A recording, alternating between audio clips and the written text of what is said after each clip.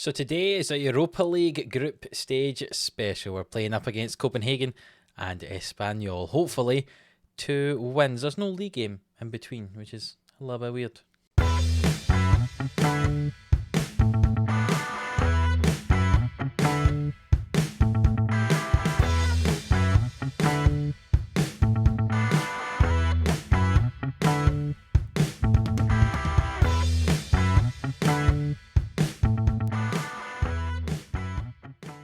Yes, hello, welcome on in to FM22 Sports, here for another episode of Glory Hunter on Football Manager 22. If you're new around here, hit that subscribe button for more daily Football Manager content. And if you missed the last one, go and check it out. It was a transfer deadline day special, and we actually brought in 3 players towards the end of the window. We had a few outs as well, so there was a lot going on.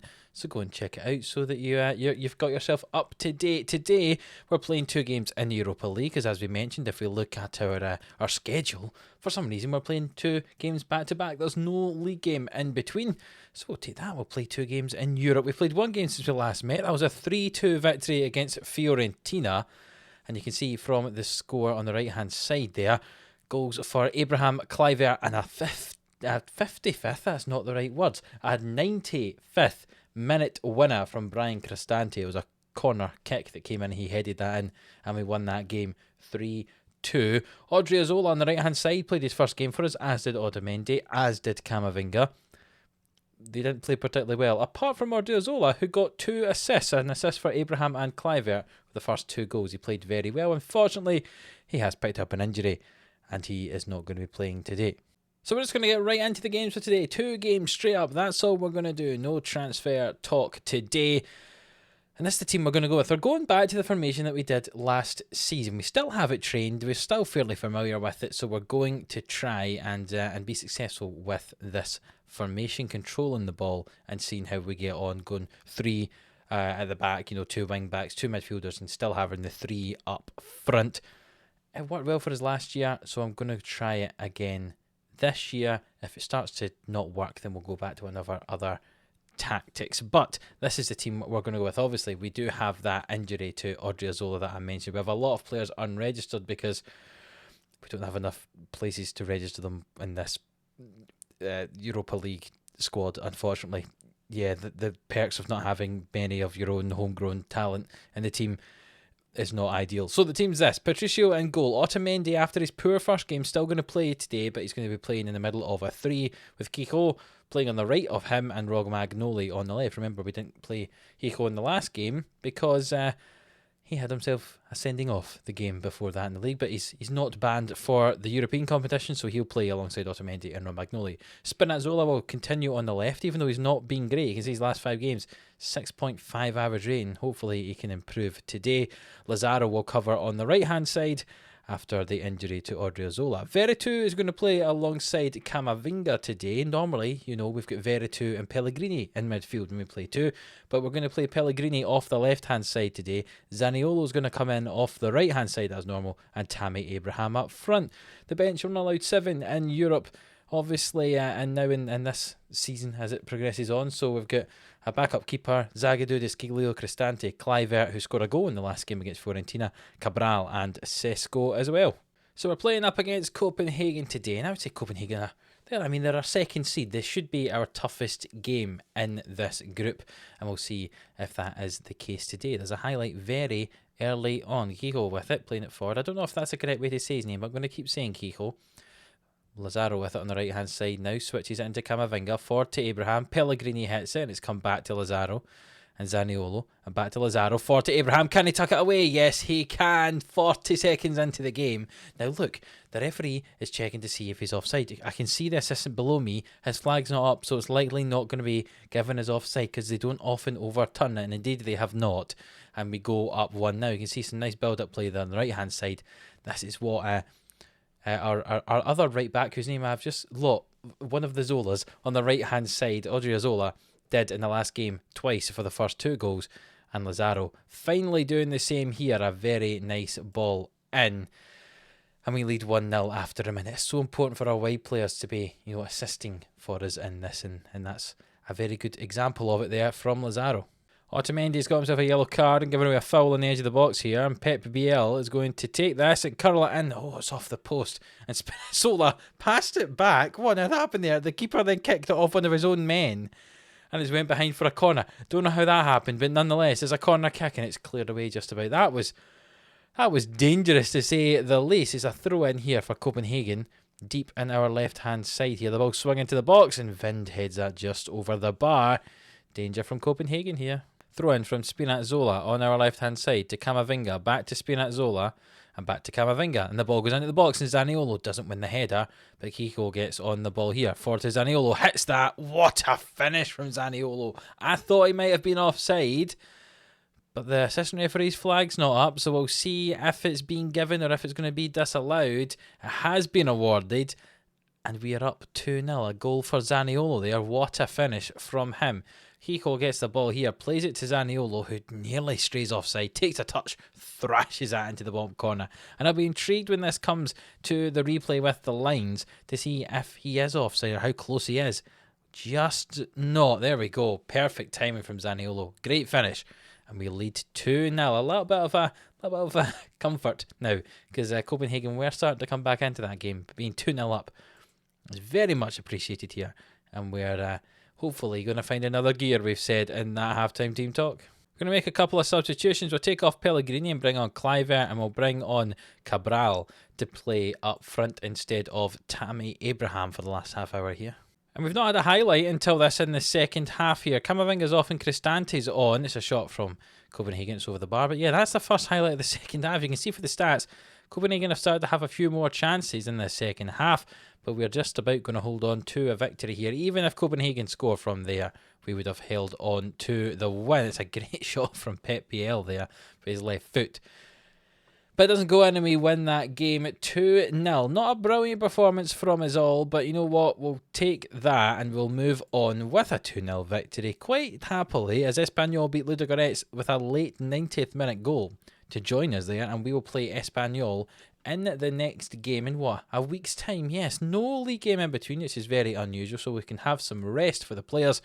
And we'll be back for that second game against Espanyol. Hopefully, a few more highlights and lots more goals for us. Artur Cabral's a bit unhappy that we're not playing him enough, and I can understand that, but Tammy's playing, Tammy's scoring goals, so unfortunately, Cabral, we're just playing with one striker at the moment, and you ain't that one because you aren't scoring the goals.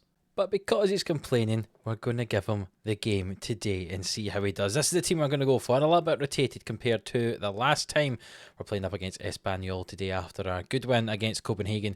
Espanyol beat Ludogorets with a last-minute winner, so hopefully we can beat Espanyol today. I would say this is probably the second hardest game. Copenhagen should have been the toughest one, and Espanyol probably the second hardest team, and then Ludogorets should be the bottom of the table. That's my prediction.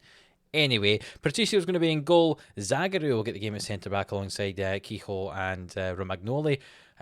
Odriozola on the right-hand side alongside Desciglio on the left-hand side as the wing-backs today. Camavinga will partner Isco in midfield, so two of our new central midfielders playing today.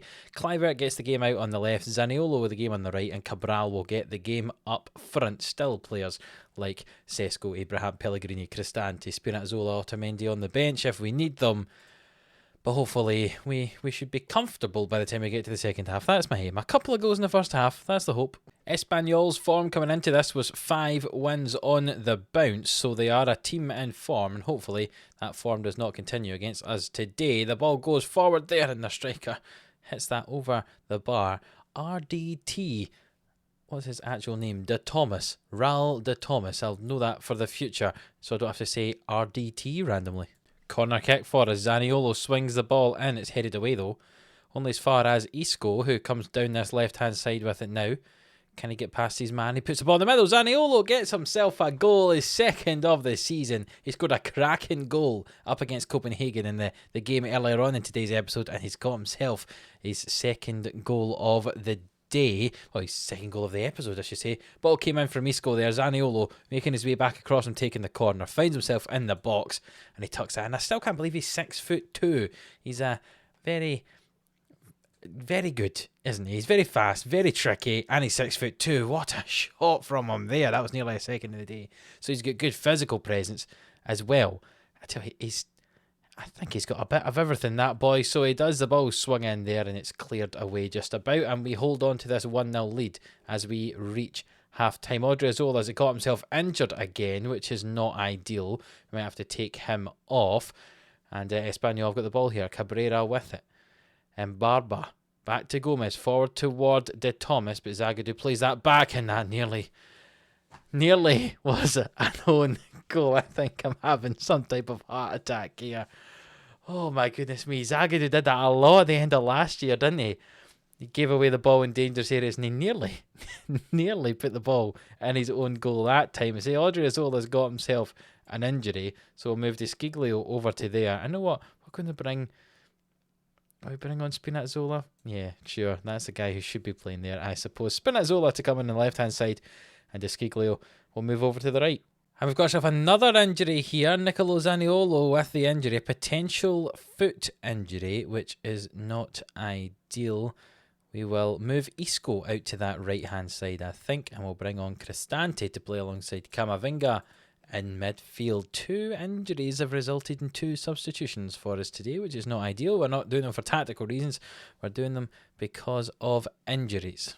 10 minutes to go. There's not been a highlight since we got an injury to Zaniolo, but here is the first one. The ball swung in and it's headed in by Cabrera, and the score now is 1-1, and we're going to have to make a change. We're going to take off Cabral and bring on Abraham for the last 5 minutes, and we'll see what difference that makes. Desciglio having a really bad game at right wing back, but we don't have any other options to bring on for him, really.